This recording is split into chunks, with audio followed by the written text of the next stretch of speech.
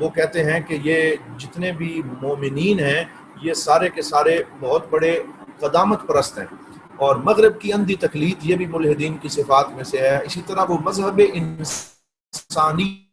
کا دعویٰ کرتے ہیں، اور مذہب انسانیت سے مراد یہ ہے، وہ کہتے ہیں کہ ایک ہیومنزم ہے اور ایک آفاقی مذہب جو ہے وہ اس دنیا میں موجود ہے، اور وہ ہر قسم کے دین سے ماورا ہے، اور وہ انسانیت ہے، یعنی وہ انسانیت کے نام پہ من گھڑت ایک مذہب کا دعویٰ کرتے ہیں کہ جو بھی انسان ہے اس کے انسان ہونے کے ناطے ہم اس کا احترام کرتے ہیں، لیکن ہم کسی سماوی مذہب کو اور کسی وحی کو تسلیم نہیں کرتے۔ اچھا، جس طرح ملحدین ہیں اسی طرح ان ملحدین کو سپورٹ کرنے والے ہمارے معاشرے میں کچھ متجددین بھی ہیں، یعنی ایک طرف ملحدین ہیں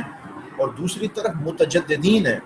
اور متجددین سے ہماری مراد جدت پسند طبقہ ہے جنہوں نے مسلمانوں میں سے وہ سامنے آئے اور انہوں نے ملحدین کو سپورٹ فراہم کی، کچھ ایسی چیزیں فراہم کی جس کی وجہ سے ملحدین کو بہت زیادہ سہولت ہوئی اسلام پر اعتراض کرنے میں۔ ان میں سے کچھ بڑی اچھی نیت والے لوگ بھی تھے، ہم ان کی نیت پہ شک نہیں کرتے، لیکن ان کے افکار بہرحال جو ہیں وہ قابل اعتراض ہیں، جن میں سر سید احمد خان صاحب ہیں رحمۃ اللہ تعالیٰ علیہ، ہم ان کو کہیں گے کیونکہ ان کی فکر بہت اچھی تھی، اور علی گڑھ یونیورسٹی کا انہوں نے قیام کیا، مسلمانوں کے لیے بہت سی خدمات بھی سر انجام دی، لیکن ان کا شمار بہرحال متجددین میں اس لیے ہوتا ہے کیونکہ انہوں نے بھی معجزات کا بہت سی شکلوں میں انکار کیا، عذاب قبر کا انکار کیا، اور فرشتوں اور جنت کے حوالے سے کہا کہ یہ خیالی چیزیں ہیں، بہت سی ان کی کتابوں میں ان کے یہ افکار موجود ہیں، اور انہوں نے کہا کیونکہ انسانی عقل کے اندر اور حواس خمسہ کے ادراک میں یہ معجزات، اور سفر معراج کا بھی انہوں نے کہا کہ یہ منامی معراج ہو سکتی ہے لیکن یہ جسمانی نہیں ہو سکتی، کیونکہ عقل نہیں مانتی کہ اتنے تھوڑے سے وقت میں کوئی شخصیت جائے اور تمام جنت و دوزخ کے مشاہدات کرنے کے بعد کو واپس بھی آ جائے، تو یہ بھی ایک تجدد پسند شخصیت تھے۔ اسی طرح محمد حسین ہیکل، جنہوں نے حیات محمد دی لائف آف محمد کے نام سے کتاب لکھی، جس کو جو ہے وہ بہت بڑا ایوارڈ دیا گیا یورپ کی طرف سے۔ اب یورپ والوں نے انہیں کیوں ایوارڈ دیا، اس پہ ڈاکٹر سعید رمضان بھوتی رحمۃ اللہ تعالیٰ علیہ، جو شام کے بہت بڑے عالم دین تھے، انہوں نے اپنی کتاب فقہ السیرہ کے مقدمے میں ان کے اوپر بڑی نقد کی ہے، بڑی تنقید کی ہے، اور انہوں نے فرمایا کہ یہ جو محمد حسین ہیکل تھے، اگرچہ انہوں نے حضور کی سیرت صلی اللہ علیہ وسلم وہ بڑے اچھے انداز میں لکھی ہے اور واقعات کو جمع کیا، لیکن جہاں بھی معجزات کی بات آئی ہے تو یہ اس کا انکار کر کے یو ٹرن لے کے سائڈ سے نکل گئے اور اس کی کوئی عقلی توجیہ کر دی۔ تو یہ بھی متجددین میں آتے ہیں محمد حسین ہیکل صاحب، کیونکہ انہوں نے مثال کے طور پہ میں ان کی اکثر یہ مثال دیتا ہوں جس کو ذکر کیا ہے جناب محترم شیخ سعید رمضان بھوتی نے اپنے اس مقدمے میں، کہ جہاں پر جو ہے وہ سورۃ الفیل کا ذکر قرآن میں آیا اور حضور صلی اللہ علیہ وسلم کے اس معجزے کا ذکر کیا گیا، کیونکہ سرکار کی ولادت ہونے والی تھی تو اللہ رب العزت نے جو ہے وہ ہاتھی ابابیلوں کا ایک لشکر بھیجا جن کی چونچوں اور دونوں پنجوں میں 3 کنکریاں تھیں، اور انہوں نے وہ پھینکی اور وہ کنکریاں جو ہیں وہ بلٹ کی طرح نیچے آئیں اور اس کی وجہ سے ہاتھی اور وہ پورا لشکر چلا گیا۔ تو محمد حسین ہیکل نے اپنی کتاب حیات محمد صلی اللہ علیہ وسلم میں لکھا کہ یہ ایسی بات نہیں ہے، بلکہ ہم قرآن کی اس آیت کی تعویل کریں گے اور ہم کہیں گے کہ یہ اصل میں کوئی وہ نہیں آئے تھے، ابابیل نہیں آئے تھے، بلکہ اللہ تعالیٰ نے اس لشکر کے اور ہاتھی اور جو سپاہی تھے ان کے جسموں میں کوئی ایسی بیماری پیدا کر دی تھی جسے داء الجدری کہا جاتا ہے، جس کی وجہ سے وہ خود بخود مرتے چلے گئے۔ لیکن یہ عقل تسلیم نہیں کرتی کہ ابابیل اور پرندے آئے ہوں گے اور انہوں نے ڈرون اٹیکس کی طرح یہ اٹیک کیے ہوں گے۔ تو دیکھ لیں کہ جہاں بھی معجزے کی بات آتی ہے تو یہ جو متجددین ہیں جو سپورٹر بن جاتے ہیں ملحدین کے، وہ اس کا انکار کرتے ہیں، اور ملحد تو پھر نرئی سرے سے جو ہے وہ وجود باری تعالیٰ کا ہی منکر ہو جاتا ہے۔ اسی طرح شام کے اندر امام محمد عبدہ اور ان کے شاگرد محمد رشید رضا اور طہ حسین اور احمد امین، یہ پورا ایک اسکالرز کا گروپ ہے جن کی بہت اچھی خدمات بھی ہیں، لیکن ان کے ساتھ ساتھ الازہر کے اسکالرز کی ہی ان کے اوپر یہ اعتراض ہے کہ یہ بھی اس تجدد پسند طبقے کے اندر آتے ہیں، ماڈرنسٹ جنہیں کہا جا سکتا ہے، ایسے ماڈرن تھنکرز ہیں اسلام کے جنہوں نے بہت سے بہت سی باتوں میں اورینٹلسٹ اور ملحدین کا ساتھ دیا ہے، اور اس کی بھی بہت سی مثالیں دی جا سکتی ہیں، میرے پاس وقت نہیں ہے ابھی، لیکن احمد امین کی 3 کتابیں ہیں، فجر الاسلام، ظہر الاسلام اور عصر الاسلام، جو انہوں نے اسلام کی مختلف ادوار کو 3 جلدوں میں جمع کیا ہے. اس کو اگر آپ پڑھیں تو جگہ جگہ پہ انہوں نے بھی معجزات کا انکار کیا اور اقلیت پسندی کو ترجیح دی ہے. اور یہ سارے لوگ مثلا احمد امین اور طہ حسین، یہ سارے سوربون یونیورسٹی فرانس سے پڑھ کے آئے تھے، اور وہاں سے وہ اپنے اساتذہ سے وہ اثر لے کے آئے کہ اس اثر کی وجہ سے انہوں نے بہت سی چیزوں کا انکار جو ہے وہ بھی کیا. تو ان کے لیے، ان کے بارے میں ہم عربی میں کہتے ہیں وَلَهُ وَمَا عَلَيْهِ، یعنی کچھ ان کی پازیٹیوٹیز ہیں اور کچھ ان کی نیگیٹیوٹیز ہیں. یعنی وہ یہ بنتی ہیں کہ انہوں نے ملحدین کو سپورٹ فراہم کی ہے ایز اے مسلم، اور بینگ اے مسلم ایسی باتیں کی ہیں کہ جس سے انکار معجزات اور ان چیزوں کی راہ ہموار ہوتی ہے. پھر اس کے بعد اسلام کی بنیاد ایمان بالغیب پر ہے، لیکن اسلام، یہ بات یاد رکھیں، بعض لوگ یہ سمجھتے ہیں کہ شاید اسلام جو ہے وہ عقل کو بالکل ہی کوئی ویلیو نہیں دیتا. ایسی بات بالکل نہیں ہے. اسلام کہتا ہے کہ بندہ مومن تب بنتا ہے جب وہ مکمل طور پر غیب پر ایمان لے آئے، لیکن اس کا یہ مطلب نہیں ہے کہ اسلام میں عقل کو کوئی مقام نہیں، بلکہ میں نے نیچے یہ کوٹ کیا ہے، بار بار قرآن میں آتا ہے افلا تعقلون، افلا یتدبرون اولو الالباب. اللہ تعالیٰ عقل والوں کو مخاطب کرتا ہے، انسانی عقل سے خطاب فرماتا ہے. اور حضرت امام اعظم ابو حنیفہ نے فرمایا کہ اللہ تعالیٰ اگر کوئی نبی نہ بھی بھیجتا تو یہ جو عقل اللہ نے عطا فرمائی ہے، اس کی وجہ سے اللہ کی ذات کو ماننا جو ہے وہ لازم ہے، اور اس کی بنا پر قیامت میں حساب لیا جا سکتا تھا کہ چلو نبی نہیں آیا لیکن ہم نے تمہیں عقل تو دی تھی، شعور تو بخشا تھا. اسلام جو ہے وہ بہت زیادہ اہمیت دیتا ہے انسانی عقل کو. اسی وجہ سے قرآن کریم نے جہاں اخبار غیبیہ ذکر کی ہیں، یعنی غیب کی خبریں دی ہیں، وہاں اس کے ساتھ ساتھ عقلی استدلالات سے بھی قرآن معمور ہے، جس کی مثالیں پچھلے لیکچرز میں ہم آپ کو دے چکے ہیں. اچھا، ایک اور بات، ملحدین قرآن میں سائنٹیفک غلطیاں تلاش کرنے میں عمریں صرف کر دیتے ہیں، کیونکہ وہ صرف عقل سے سوچتے ہیں. اس وجہ سے ان کے ہاں بیلنس نہیں ہوتا، ایمان موجود نہیں ہوتا.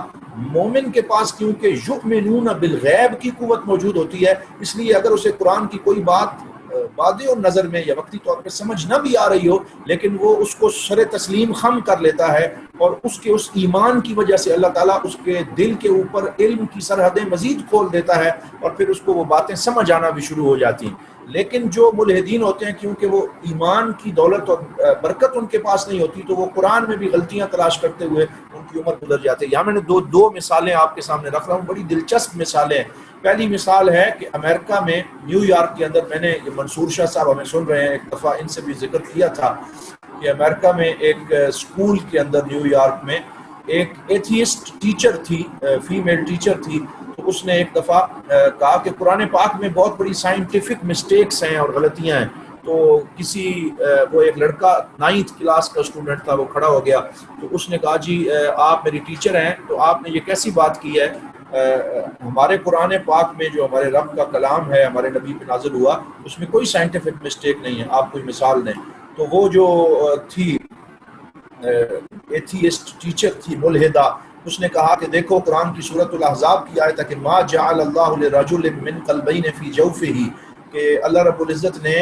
کسی مرد کے سینے میں 2 دل نہیں بنائے. یعنی یہ قرآن پاک میں سورہ احزاب میں اللہ تعالیٰ نے فرمایا. تو وہ کہنے لگی کہ دیکھو یہ سائنٹیفک ایک غلطی ہے کہ قرآن پاک یہ تو کہہ رہا ہے کہ اللہ تعالیٰ نے کسی مرد کے سینے میں 2 دل نہیں رکھے، تو پھر اس کا مفہوم مخالف یہ بنتا ہے کہ جو وومن ہے، یہ جو عورت ہے، پھر اس کے سینے میں 2 دل ہوتے ہیں. تو یہ تو سائنٹیفک مسٹیک ہو گئی. تو اللہ رب العزت نے ایمان کی برکت کی وجہ سے اس مسلمان طالب علم کو فوراً جواب الہام فرما دیا، اور اس نے اس ٹیچر کو لاجواب کر دیا، جو سرخیوں کے اندر جو ہے وہ وہاں پر نیو یارک میں اخبارات میں بھی اس مسلمان طالب علم کا یہ جواب سامنے آیا. اس نے کہا کہ آپ اگرچہ یہ بہت بڑی غلطی تلاش کر کے لائیں ہیں، لیکن آپ نے اپنی عقل کو استعمال نہیں کیا. یہاں قرآن درست کہہ رہا ہے کہ اللہ رب العزت فرماتا ہے کہ مردوں کے سینے میں 2 دل نہیں ہیں، اور عورت کا ذکر اس لیے یہاں پہ نہیں کیا کیونکہ خواتین کی زندگی میں کئی دفعہ ایسے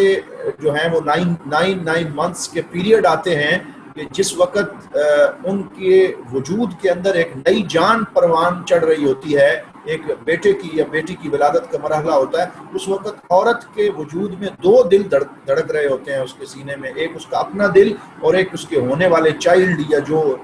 اس کا وہ جنین ہے اس کا دل دھڑک رہا ہوتا ہے، تو وہ لاجواب ہو گئی۔ تو اس طریقے سے اگر عقل کا استعمال کر کے ملحدین کو ٹیکل کیا جائے تو بہت بڑی قوت یہ عقل ہے جس کے ذریعے سے ہم جواب دے سکتے ہیں۔ اسی طرح دوسرا اعتراض جو بعض ملحدین نے کیا، انہوں نے کہا دیکھو تمہارا قرآن اگر قیامت تک کے لیے ویلڈ ہے تو پھر قرآن تو کہتا ہے والخیل والحمار والبغال والحمیر لترکبوها وزینہ، کہ قرآن کہتا ہے کہ والخیل گھوڑے، والبغال اور خچر، والحمیر اور گدے، یہ ہم نے سواریاں بنائی ہیں اور یہ تمہارے لیے زیب و زینت بھی ہے اور تمہاری سواری بھی ہے کہ تم اس پہ سواری کرو۔ تو اس وقت وہ کہتے ہیں کہ یہ بھی سائنٹیفک مسٹیک ہے کہ قرآن پاک نے صرف سواریوں کے اندر گھوڑوں کا ذکر کیا ہے اور خچروں کا ذکر کیا ہے اور گدوں کا ذکر کیا ہے، لیکن اب تو سواریاں بڑی ایڈوانس ہو گئی ہیں، اب ہائی جیٹ طیارے آ گئے ہیں، اب تو جو ہے اس کے ساتھ ساتھ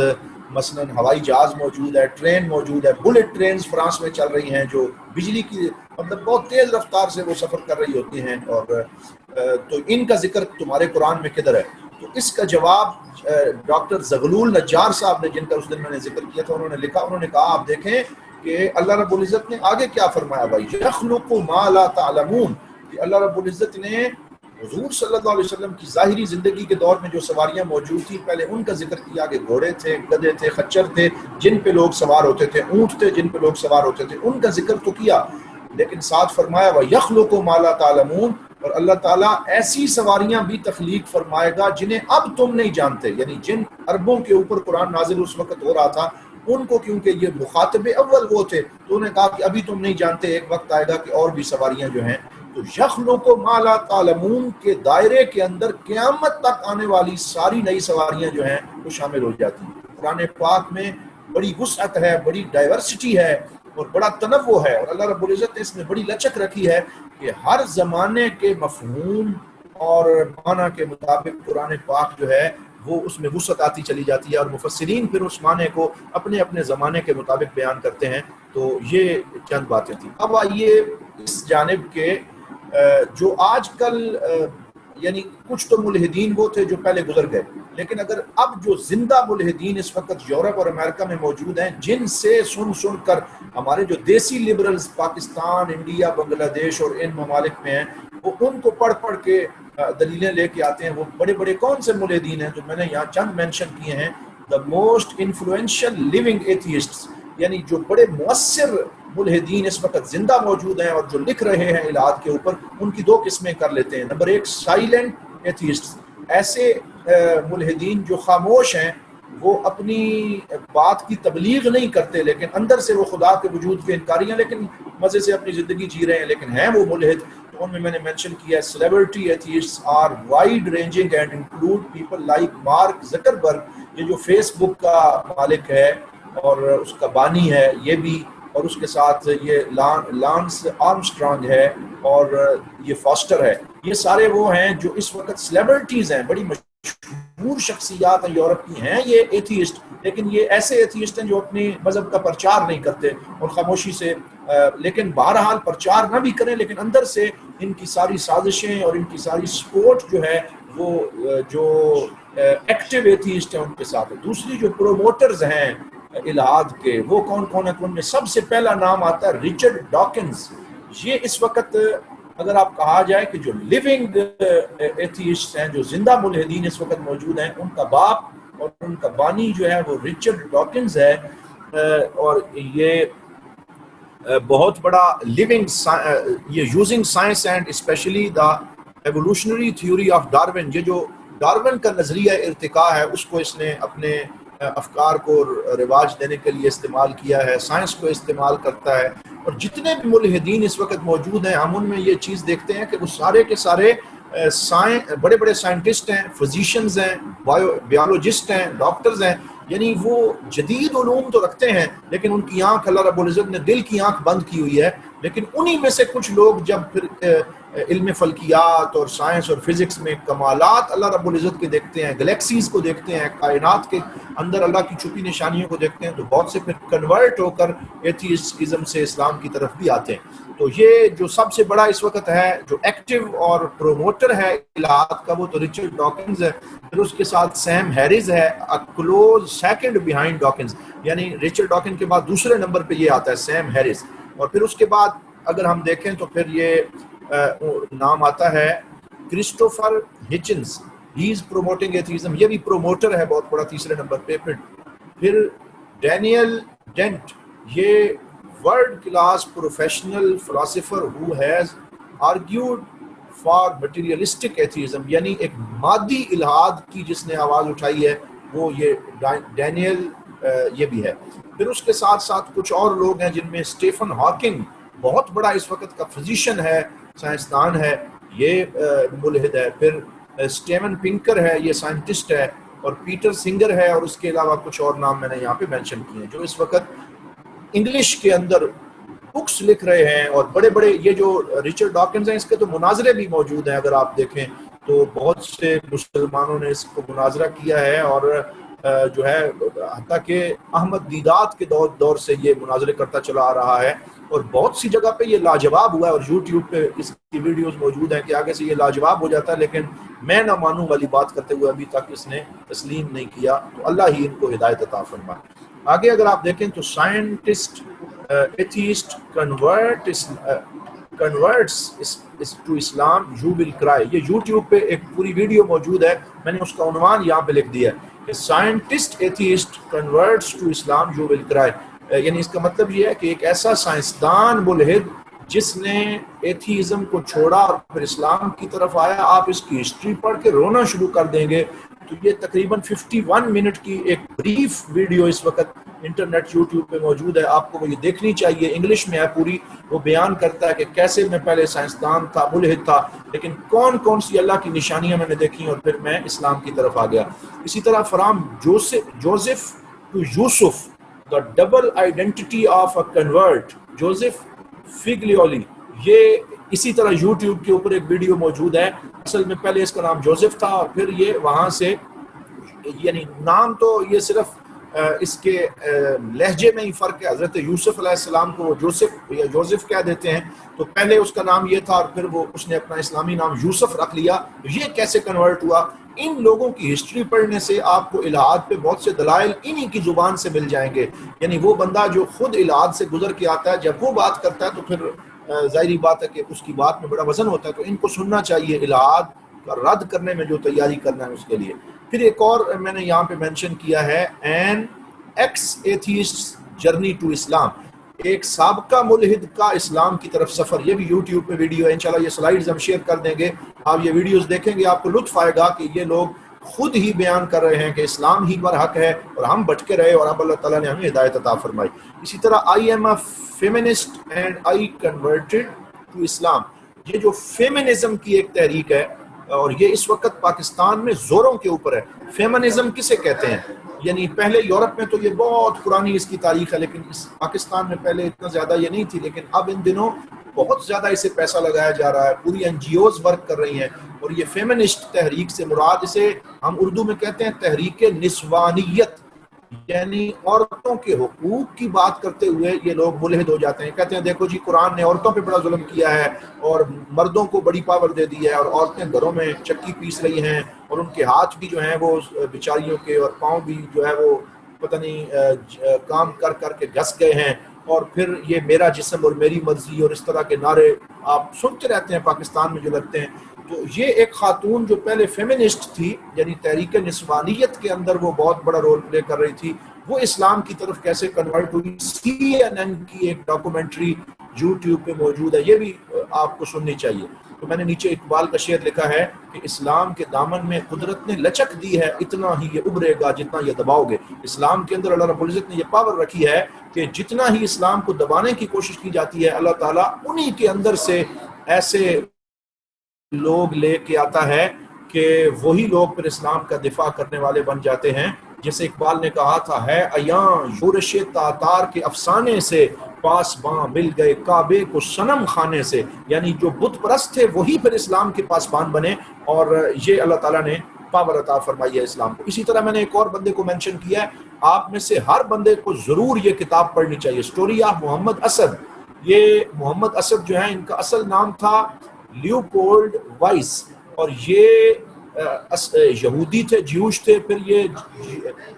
یہودیت سے الحاد کی طرف گئے، اور 26 سال کی زندگی، یعنی 1900 میں یہ پیدا ہوئے، 1900 میں پیدا ہوئے پولینڈ کے اندر. 26 سال تک یہ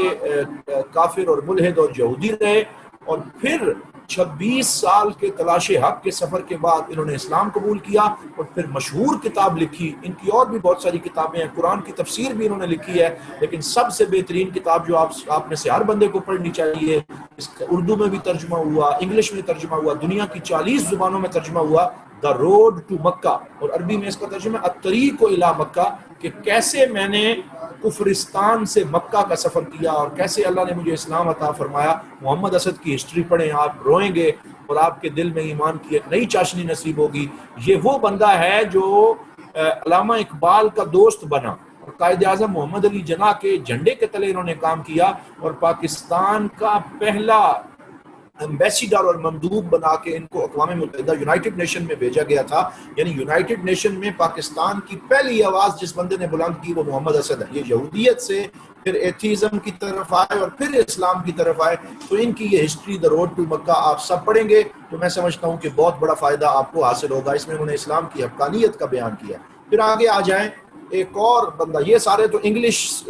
وہ لوگ تھے جو کنورٹ ہوئے، اور ان کے بارے میں نے آپ کو بتایا. اب یہ عبد الماجد دریا آبادی، یہ ہمارے بہت بڑے اسکالر، بہت بڑے مسلمان مؤلف، مصنف، اور بہت بڑے تھنکر، بہت بڑے رائٹر. تو ان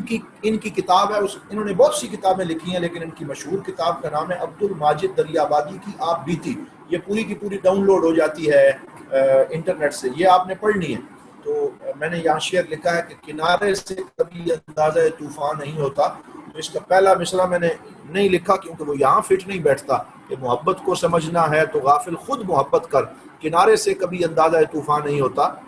میں نے اس کو الہاد کے معنی میں یوں لیا ہے، اللہ نہ کرے کوئی الہاد کی طرف جائے، لیکن صحیح ملحدین کی فکر وہی بتا سکتا ہے جو پہلے کسی دور میں ملحد رہا ہو. اللہ تعالیٰ ہمیں اس الہاد سے نجات نصیب فرمائے. تو عبد الماجد دریا آبادی کی یہ آپ بیتی آپ پڑھیں. میں اب وقت نہیں ہے کہ ڈیٹیل میں جاؤں. تو انہوں نے لکھا ہے کہ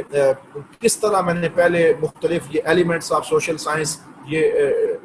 ڈیریسیڈل جو ہے اس کی کتاب پڑھی، پھر اصول معاشرت اور آداب معاشرت، اور نکاح کے اوپر اور عفت و عصمت کے اوپر جو اس نے حملہ کیا، کیسے میرا ذہن چینج ہوا. پہلے میں حافظ قرآن تھا، میں بہت بڑا مسلمان تھا، 16 سال کی عمر میں یہ کتابیں پڑھنے کے بعد میرا ذہن چینج ہوتا گیا، اور اس میں بانی اسلام صلی اللہ علیہ وسلم کا ایک فوٹو لگایا گیا تھا نعوذ باللہ، جس میں حضور کو ایک جنگجو کے طور پہ نعوذ باللہ بڑے نامناسب انداز میں نقل کفر نباشت ظاہر کیا گیا. تو وہ ساری چیزیں دیکھ کے میرے دل میں اسلام کے خلاف نعوذ باللہ نفرت پیدا ہوئی. پھر ریشنلسٹ موومنٹ جو ہے اس میں شامل ہوا. ریشنلسٹ کنہیں کہتے ہیں؟ جو صرف کہتے ہیں ہم عقل کی بات کرتے ہیں، ریزن سے نکلا ریشنلسٹ، یعنی عقل کی بات کرنے والے. اس تحریک کے اندر یہ بہت ایکٹیو رہے. پھر کہتے ہیں علامہ شبلی نعمانی کی سیرت پڑھی، سید سلمان ندوی، محمد علی جوہر، یہ میرے دوست تھے. انہوں نے مجھے پھر اسلام کی طرف راغب کیا. دوبارہ ہندو تصوف کا مطالعہ کیا، پھر بتدریج مولانا روم کی مثنوی پڑھی تو میرا دل بدل گیا. پھر مکتوبات مجدد الفسانی، حضرت مجدد سرہندی، اس کو جب پڑھا اور زیادہ ایمان کی چاشنی نصیب ہوئی. پھر خواجہ اجمیری اور حضرت نظام الدین اولیاء اور دیگر مزارات پہ حاضری دینا شروع کی. اور پھر اللہ تعالیٰ نے اس مقام پہ انہیں پہنچایا کہ انہوں نے اسلام کے اوپر 20 کتابیں لکھی ہیں. ان میں سے سب سے مشہور 2 کتابیں تفسیر ماجدی ہے جو اردو میں بھی ہے اور انگلش میں بھی ہے. اس میں انہوں نے عیسائیوں کے مختلف اعتراضات کا جواب دیا ہے. تو یہ تفسیر ماجدی بھی پڑھنے سے تعلق رکھتی ہے. اور یہ پھر تصوف کے بہت بڑے پروموٹر بنے، بہت بڑے صوفی بھی بنے. تو ان کی آپ بیتی بھی ضرور پڑھیں. اور آخر میں یہ کہوں گا کہ عقل کے ساتھ ساتھ کہیں ایسا نہ ہو نا کہ رد الہاد پہ بات کرتے کرتے ہم لوگ آپ یہ سمجھ لیں کہ اب صرف عقل کی طرف ہی جانا ہے. یاد رکھیں کہ عقل، یہ آپ یوں سمجھ لیں کہ مسلمان کی 2 آنکھوں میں سے ایک عقل ہے اور دوسری عشق ہے، اور یہ 2 پہیے ہیں گاڑی کے، ان کے بغیر گاڑی نہیں چلتی. میں نے اقبال کے کوئی شعر مینشن کیے ہیں عقل کو تنقید سے فرصت نہیں، عشق پر اعمال کی بنیاد رکھ۔ عشق رسول، اللہ رب العزت کی محبت کے بغیر انسان کو سچا ایمان نصیب نہیں ہو سکتا۔ اقبال کہتے ہیں عقل عیار ہے 100 بھیس بدل لیتی ہے، عشق بیچارہ نہ ملا ہے نہ واعظ نہ حکیم، عقل و دل و نگاہ کا مرشد اولی ہے عشق، عشق نہ ہو تو شرع و دین بت قدہ تصورات، کہ عشق کے بغیر شریعت اور دین یہ تصورات کا ایک بت قدہ تو بن سکتا ہے، انسان کا دین نہیں بن سکتا۔ اسی وجہ سے جو لوگ صرف عقل پہ بھروسہ کرتے ہیں گمراہ ہو جاتے ہیں۔ اسی لیے اقبال کہتے ہیں، مولانا روم کہتے ہیں عقل قرباں کن بپیش مصطفیٰ، جب حضور کی بات آئے صلی اللہ علیہ وسلم اپنی عقل کو قربان کر دو۔ اور کسی نے کہا با خدا دیوانہ باش با محمد ہوشیار، جب اللہ کے ساتھ تعلق کی بات آئے تو دیوانگی کا مظاہرہ کر لو، اللہ تمہارے لاڈ بھی برداشت کر لیتا ہے، لیکن جب سرکار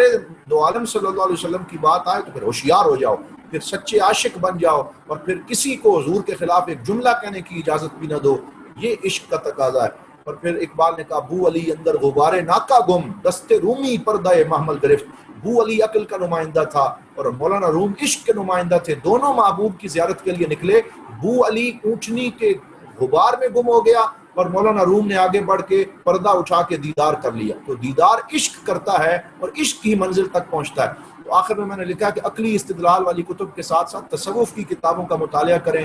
ابھی ہمارا یہ لنک ختم ہونے لگا ہے، یعنی 1-2 منٹ رہ گئے ہیں اور اس کے بعد وقفہ ہو جائے گا، اور اس کے بعد 9:10 پہ دوسرا لیکچر شروع ہوگا۔ میں کنکلوژن آپ کو دے رہا ہوں کہ عقلی استدلال والی کتابیں جو میں نے مینشن کی ہیں یہ ہم نے ضرور پڑھنی، اور یہ اس لیے پڑھنی ہے تاکہ ہم ایتھیسٹ کا جواب دے سکیں اور ایک ایسی ٹیم تیار کریں کہ جو اس آنے والے زمانے میں جہاں علماء آپس میں لڑائی میں اور مختلف فروعی مسائل میں الجھے ہوئے ہیں، ہم اسلام کی آفاقی تصویر پیش کرنے کے لیے ان کتابوں کا مطالعہ کر کے آگے بڑھیں، لیکن ساتھ ساتھ تصوف کا مطالعہ کریں، مرشد کامل کا ہاتھ پکڑیں، استاد سے تمسک اور تعلق پیدا کریں۔ استاد کے بغیر کبھی منزل نصیب نہیں ہوتی۔ تعلق باللہ اور محبت رسول پیدا کریں۔ کتب تصوف میں سے مثنوی مولانا روم پڑھیں، احیاء علوم الدین پڑھیں، مولانا امام غزالی کی ہے، اور الحکم العطائیہ شیخ احمد ابن عطا اللہ سکندری کی ہے، اس کو پڑھیں۔ فوائد الفواد خواجہ نظام الدین اولیاء کی پڑھیں۔ اخبار الاخیار جو ہے شیخ عبدالحق محدث دہلوی کی پڑھیں، اور یہ ساری چیزیں جو ہیں انشاءاللہ آپ کو سلائڈز بھیج دی جائیں گی۔ اکابر پر مضبوط اعتماد رکھیں اگر فتنوں سے بچنا چاہتے ہیں۔ اکابر سے مراد اپنے بزرگوں کے بارے میں ادب اور احترام کا رشتہ جو ہے وہ ہاتھ سے کبھی نہ چھوٹنے پائے۔ علماء، فقہاء اور اہل دین سے حسن ظن رکھیں، کسی صاحب نسبت سے گہرا تعلق رکھیں، رجوع اللہ کا اہتمام کریں، مصلح پہ آئیں۔ ایسا نہ ہو کہ ساری زندگی اللہ کے وجود پہ دلیلیں تلاش کرتے رہیں لیکن اللہ سے تعلق ہی قائم نہ ہو۔ ہم اس بات سے پناہ مانگتے ہیں، اللہ تعالی ہمیں اپنی ذات سے تعلق عطا فرمائے۔ ہمارے دوست ایک دعا مانگا کرتے تھے، اللہم انی اسألک جنت معرفتک و جنت قربک و جنت رضاک، یا اللہ ہم تیری معرفت کی جنت مانگتے ہیں، تیرے قرب کی جنت مانگتے ہیں، تیری رضا کی جنت مانگتے ہیں۔ تو اللہ سے تعلق اللہ تعالی ہمیں عطا فرمائے، حضور کی محبت عطا فرمائے، اہل خیر و صلاح سے مشورہ جاری رکھیں، معتدل شخصیت رکھیں، متشدد نہ بنیں، بلا تحقیق کوئی بات قبول کرنے سے احتراز کریں، اور سارے مسلمانوں کا احترام کریں، اور فروعی معاملات میں باہمی اختلاف اور انتشار والی جگہوں سے اٹھ جائیں اور یہ اختلاف میں نہ پڑیں تاکہ ہمارا وقت ان چیزوں میں ضائع نہ ہو۔ دعا ہے اللہ رب العزت جو باتیں میں نے عرض کی ہیں ان پر عمل کرنے کی توفیق عطا فرمائے۔ السلام علیکم ورحمۃ اللہ وبرکاتہ۔ انشاءاللہ ہم 9:10 پہ دوبارہ جمع ہوں گے۔